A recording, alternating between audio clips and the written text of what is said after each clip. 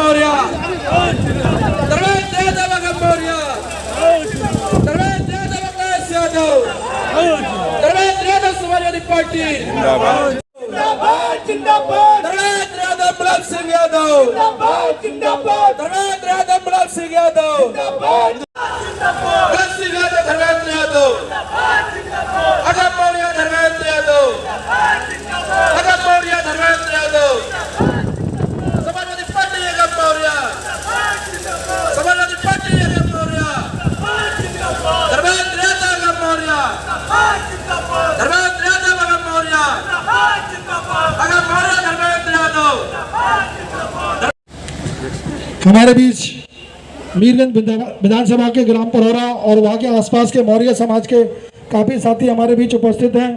भाई जगतपाल सिंह मौर्य जी, श्यामलाल मौर्य जी, राकेश कुमार मौर्य जी, दाताराम मौर्य जी, बापू राम जी, हरीश मौर्य जी, तुलाराम मौर्य जी, रामपाल गंगवार जी, छेदालाल मौर्य जी, डोरीलाल मौर्य जी, दीपक मौर्य जी, अनोखे लाल मौर्य जी, बहन ऋतु शादी साथियों का बहुत बहुत स्वागत अभिनंदन है, स्वागत अभिनंदन करते हैं। इसके साथ ही नवाबगंज विधानसभा से चंदन मौर्य जी इस कार्यक्रम में सम्मिलित हैं। उनके साथ तमाम मौर्य साथी अपने साथियों के साथ आए। रामू मौर्य जी, गौरी शंकर मौर्य जी, लेखराज मौर्य जी, हजारी लाल मौर्य जी, प्रधान जी। मैं जिस क्रम में बुलाता जाऊंगा सभी साथी आएंगे और माननीय सांसद जी का वो स्वागत करने का काम करेंगे। मेरा सभी साथियों से आग्रह है कृपया मंच को वो लोग। दोस्तों नमस्कार, इस वक्त मौजूद हैं हम जवाहरलाल नेहरू युवा केंद्र के गेट के सामने और यहाँ पर समाजवादी पार्टी की तरफ से मौर्य साख कुशवाहा सैनिक सम्मेलन का आयोजन हुआ है। आइए चलते हैं सम्मेलन स्थल पर और देखते हैं कि सम्मेलन में कार्यक्रम में क्या क्या हुआ है। जुड़े रहिए हमारे साथ, देखते रहिए हमारी एक खास रिपोर्ट। उपस्थित सम्मानित बुजुर्गों, नौजवान साथियों, पत्रकार मित्रों, सबसे पहले इस मौके पर भाई अगम मौर्य जी को मैं बहुत हृदय से बधाई देता हूं, शुभकामनाएं देता हूं और आभार व्यक्त करता हूं कि उन्होंने जनपद बरेली के समाज के सभी जिम्मेदार लोगों को बुला के आज ये शानदार कार्यक्रम किया है। और जिस तरीके से उत्साह के साथ आप सब आए हैं और लाल टोपी और जिंदाबाद और नारे के साथ जिस तरह से आप 11 बजे से लगातार बैठे हैं, हमें पूरा यकीन है कि आप सब लोगों ने मन बना लिया है कि एक बार फिर उत्तर प्रदेश में माननीय अखिलेश यादव जी को मुख्यमंत्री बनाना है। किसानों को चौपट करने के लिए किसान कानून ले आए।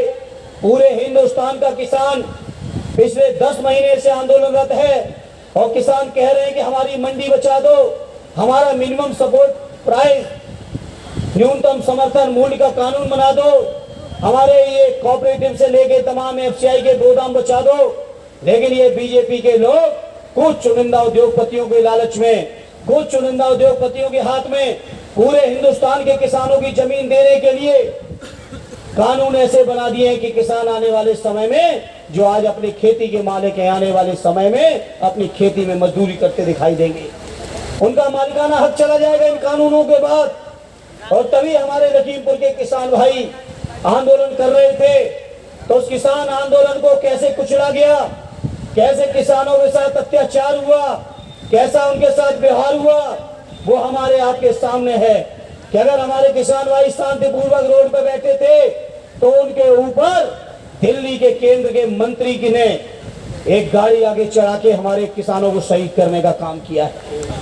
सोचो किसी किसान भाइयों, और ये बीजेपी के लोग किस हद तक बेशरम हैं कि जहां उस मंत्री के इस्तीफा लेके उसको जेल की सलाखों के पीछे पहुंचाना था, वहीं उस मंत्री को बचाने में पूरी की पूरी दिल्ली और लखनऊ की सरकार लगी हुई है। बचा लो, कब तक खैर मनाओगे? आने वाले 3 महीने बाद इस जीवीएम सामने होगी, मशीन सामने होगी और हमारे किसान भाइयों की उंगली होगी अपने किसानों की शहादत का, किसानों के ऊपर अत्याचार का। आने वाले विधानसभा के चुनाव में जिस दिन आप वोट डालोगे, मेरे बरेली के किसान भाइयों भूलना नहीं और बीजेपी को मुंहतोड़ जवाब देने का काम कर देना अपने वोट के माध्यम से। हम समाजवादी लोग माननीय अखिलेश यादव जी के नेतृत्व में किसानों की, नौजवानों की, बुनकरों की, व्यापारियों की, माताओं की, बहनों की, मजदूरों की, नौकर पेशाओं की, हर तरह से हम लोग संघर्ष भी कर रहे हैं, उनके मुद्दे पे उनके साथ भी खड़े हैं। और आने वाले समय में जब मौका आएगा तो समाज के जितने भी उपेक्षित लोग हैं, चाहे हमारे किसानों को बाज़ मूल्य दिलाना हो, चाहे उनकी मंडी की रक्षा और सुरक्षा हो, चाहे किसानों के भुगतान का सवाल हो, चाहे नौजवानों को रोजगार देने का सवाल हो, चाहे नौजवानों को टेक्नोलॉजी से जोड़ के उनको लैपटॉप देने का सवाल हो, चाहे हमारी बहनें, जिन बहनों को शिक्षा में प्रोत्साहित करने के लिए तमाम तरह की कन्या विद्याधन जैसी योजनाएं चलाने का सवाल हो, चाहे हमारी गरीब माताएं बहनें जिनको माननीय अखिलेश यादव जी 60 लाख माताओं बहनों को 6,000 रुपए साल में उनके खातों में पहुंचाते थे। देश की जनता आज उम्मीद भरी निगाह से देख रही है तो समाजवादी साथियों की ओर देख रही है। इसलिए बरेली के हमारे सभी नेता बैठे मौजूद हैं।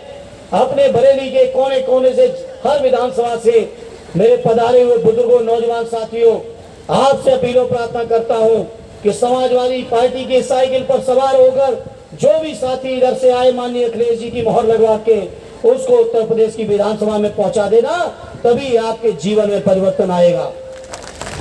और जीवन में परिवर्तन लाना है, अपनी चीजों को संभालना है, सुधारना है, बेहतर करना है, तो समाजवादियों को जिताने का वादा कर देना, ये हमारी आपसे अपील है। जहां तक बरेली का सवाल है, मैं सुन रहा था भाई अगम मौर्य जी के भाषण को, और उनके भाषण पर जिस तरह से आप सबके बीच में एक उत्साह था, तो मुझे अंदाज लग गया कि भाई अगम जी, आपके आह्वान पर बरेली के सभी लोग 9 की 9 विधानसभा में समाजवादियों को जिताने का काम करेंगे। करोगे कि नहीं करोगे? हाथ उठा के बताओ, 9 विधानसभा में समाजवादियों को जिताओगे कि नहीं जिताओगे? ये बीजेपी के लोग जो खुद का अपना इलाज नहीं करा पाए, इसी बरेली के अंदर विधायक चले गए, गंगा जी में लाशें तैरते हुए पूरे देश ने देखी हैं। बधाइयों दूर नहीं है, मुझे एहसास है बरेली के डॉक्टरों से हमने कितनी मदद मांगी तब लोगों के जीवन बचा पाए। इसलिए बरेली के लोगों, आपसे कहूंगा, कोरोना के समय जो हुआ है, मैं समझता हूं हम में, आप में शायद कोई व्यक्ति ऐसा होगा जिसने अपने परिजन को, अपने किसी रिश्तेदार को, अपने किसी नजदीकी को परेशानी उठाते न देखा हो, न झेला हो। वहां तक गनीमत थी। जिस तरीके से पिछड़ों के साथ, दलितों के साथ, माइनॉरिटी लोगों के साथ, समाज के हर वर्ग के साथ अन्याय किया, अत्याचार किया, शोषण किया, और हर क्षेत्र में किया, चाहे वो नौकरियां हो, चाहे वो सरकारी पोस्टिंग हो। मैं पूछना चाहता हूं मौर्य समाज के लोगों के बीच, आज उत्तर प्रदेश के 75 जिलों में पता कर लो मेरे साथियों, एक भी कहीं कप्तान और डीएम आपकी बिरादरी का बनाया हो,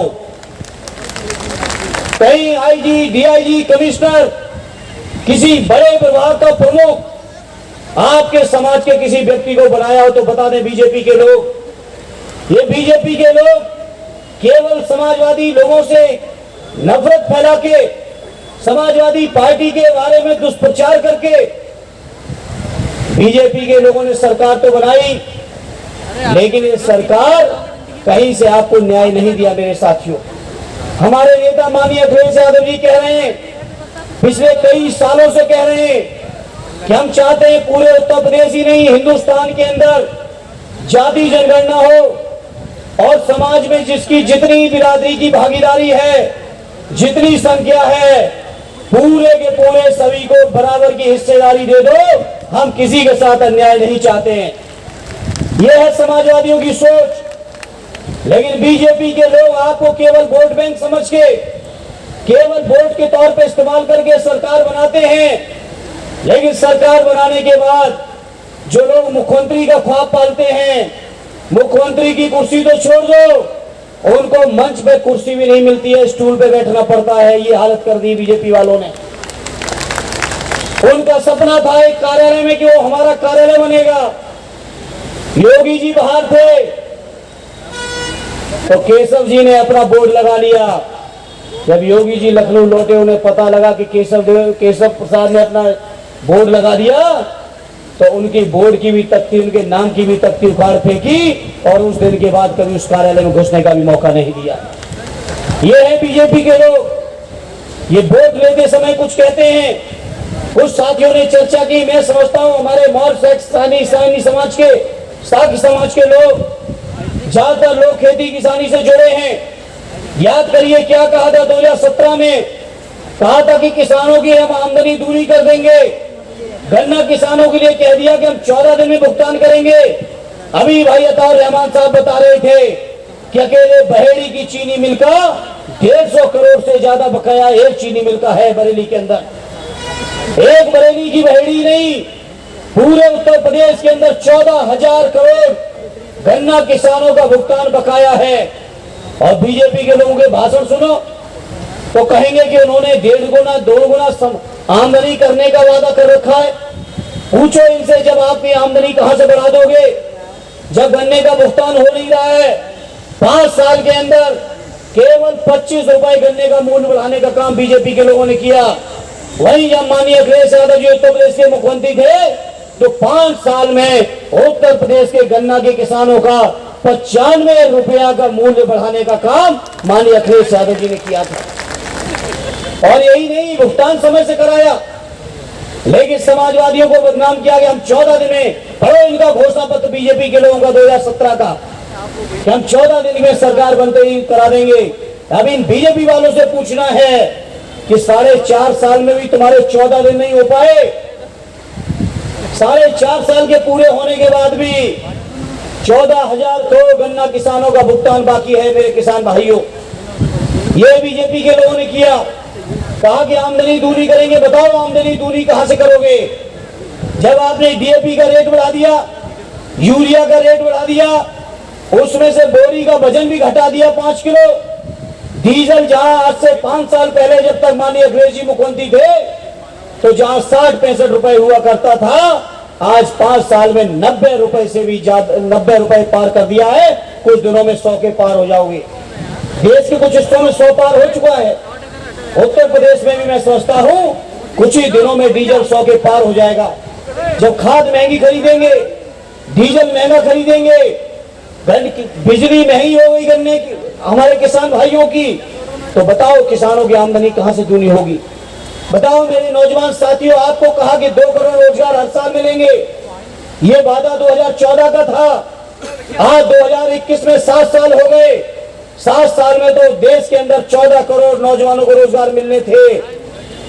और उत्तर प्रदेश के अंदर 17 के चुनाव बीजेपी वालों ने कहा कि हम 5 साल में 70 लाख लोगों को, नौजवानों को रोजगार देंगे उत्तर प्रदेश में।